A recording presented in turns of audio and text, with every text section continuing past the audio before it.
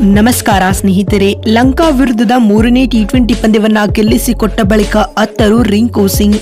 ಬಳಿಕ ಸೂರ್ಯಕುಮಾರ್ ಯಾದವ್ ಅವರ ಬಗ್ಗೆ ಹೇಳಿದ್ದನ್ನ ಕೇಳಿದರೆ ನೀವು ಕೂಡ ಸೆಲ್ಯೂಟ್ ಮಾಡ್ತೀರಾ. ಹಾಗಾದರೆ ಸುದ್ದಿಯ ಸಂಪೂರ್ಣ ಮಾಹಿತಿ ಏನು? ಅಷ್ಟಕ್ಕೂ ಟೀಂ ಇಂಡಿಯಾವು ಮೂರನೇ ಟಿ20 ಪಂದ್ಯ ಗೆದ್ದ ಬಳಿಕ ರಿಂಕು ಸಿಂಗ್ ಹೇಳಿದ್ದೇನು ಗೊತ್ತಾ? ಹೀಗೆ ಇದರೆಲ್ಲದರ ಬಗ್ಗೆ ಇವತ್ತಿನ ಈ ಒಂದು ವಿಡಿಯೋದಲ್ಲಿ ತಿಳಿಸ್ಕೊಡ್ತಾ ಹೋಗ್ತೀನಿ. ಆದ್ದರಿಂದ ದಯವಿಟ್ಟು ಈ ವಿಡಿಯೋವನ್ನು ಕೊನೆವರೆಗೂ ನೋಡಿ ಸ್ನೇಹಿತರೆ. ಹೌದು, ಶ್ರೀಲಂಕಾದ ಪಲ್ಲೆಕೆಲೆ ಅಂತಾರಾಷ್ಟ್ರೀಯ ಮೈದಾನದಲ್ಲಿ ನಡೆದ ಭಾರತ ಮತ್ತು ಶ್ರೀಲಂಕಾ ನಡುವಿನ ಸರಣಿಯ ಮೂರನೇ ಮತ್ತು ಕೊನೆಯ ಟಿ20 ಪಂದ್ಯವನ್ನ ಟೀಂ ಇಂಡಿಯಾವು ಸೂಪರ್ ಓವರ್ನಲ್ಲಿ ಭರ್ಜರಿಯಾಗಿ ಗೆದ್ದುಕೊಂಡಿದೆ. ಇದರೊಂದಿಗೆ ಸರಣಿಯನ್ನ 3-0 ಅಂತರದಿಂದ ಗೆದ್ದುಕೊಂಡು ಹೊಸ ಇತಿಹಾಸ ನಿರ್ಮಿಸಿದೆ ಸ್ನೇಹಿತರೆ. ಈ ಒಂದು ಪಂದ್ಯದಲ್ಲಿ ಟಾಸ್ ಗೆದ್ದಂತಹ ಶ್ರೀಲಂಕಾ ತಂಡದ ನಾಯಕ ಚರಿತ್ ಅಸಲಂಕ ಬೌಲಿಂಗ್ ಆಯ್ದುಕೊಂಡರು.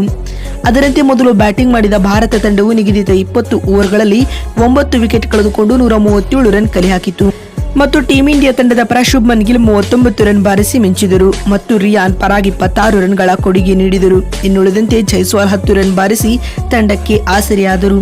ಪಂದ್ಯ ಗೆಲ್ಲಲು 138 ರನ್ಗಳ ಸುಲಭ ಗುರಿಯನ್ನ ಬೆನ್ನಟ್ಟಿದಂತ ಲಂಕಾ ತಂಡವು ಆರಂಭಿಕ ಹಂತದಲ್ಲಿ ಉತ್ತಮ ಮುನ್ನಡೆಯನ್ನ ಕಾಯ್ದುಕೊಂಡಿತು.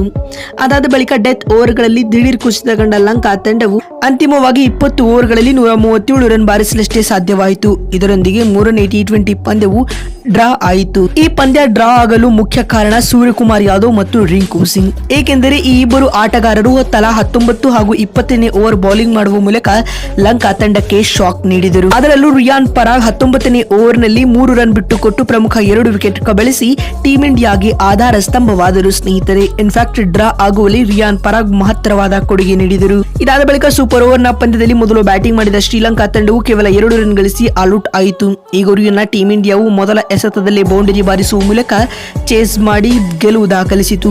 ಇದರೊಂದಿಗೆ ಸರಣಿಯನ್ನ 3-0 ಅಂತರದಿಂದ ಗೆದ್ದುಕೊಂಡಿತು.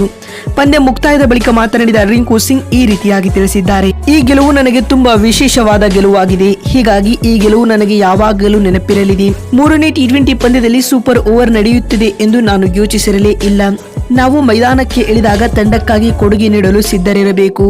ಅದು ಬ್ಯಾಟಿಂಗ್ ಆಗಲಿ ಅಥವಾ ಅವಶ್ಯವಿದ್ದಾಗ ಬೌಲಿಂಗ್ ಕೂಡ ಆಗಲಿ. ಮತ್ತು ನಮ್ಮ ನಾಯಕ ಸೂರ್ಯಕುಮಾರ್ ಯಾದವ್ ಇಂದಿನ ಪಂದ್ಯದಲ್ಲಿ ನಮಗೆ ತುಂಬಾ ಫ್ರೀಡಂ ನೀಡಿದರು. ಒಂದು ಸಮಯದಲ್ಲಿ ಬೌಲರ್ಗಳಿಗೆ ವಿಕೆಟ್ ಸಿಗದೆ ಇದ್ದಾಗ ಸೂರ್ಯಕುಮಾರ್ ಯಾದವ್ ನನ್ನ ಬಳಿ ಬಂದು ನೀನು ಬೌಲಿಂಗ್ ಮಾಡು, ನಿನ್ನ ಮೇಲೆ ನನಗೆ ನಂಬಿಕೆ ಇದೆ, ನೀನು ಬೌಲ್ ಮಾಡು ಎಂದು ನನಗೆ ಬೌಲ್ ನೀಡಿದರು. ನಾನು ಕ್ಷಣ ಮಾತ್ರ ಯೋಚಿಸದೆ ಸೂರ್ಯರವರ ಆದೇಶವನ್ನ ಪಾಲಿಸಿದೆ. ಹೀಗಾಗಿ ನನಗೆ ವಿಕೆಟ್ಗಳು ಸಿಕ್ಕವು. ಇದು ತಂಡದ ಗೆಲುವಿಗಾಗಿ ಮಹತ್ತರ ಪಾತ್ರ ನಿರ್ವಹಿಸಿತು ಎಂದು ರಿಂಕು ತಿಳಿಸಿದ್ದಾರೆ. ಈ ಗೆಲುವಿನ ಕ್ರೆಡಿಟ್ ಅನ್ನ ನಾನು ಸೂರ್ಯರಿಗೆ ಅರ್ಪಿಸಲಿದ್ದೇನೆ ಎಂದು ರಿಂಕು ಸಿಂಗ್ ಭಾವುಕರಾಗಿ ತಿಳಿಸಿದ್ದಾರೆ ಸ್ನೇಹಿತರೆ.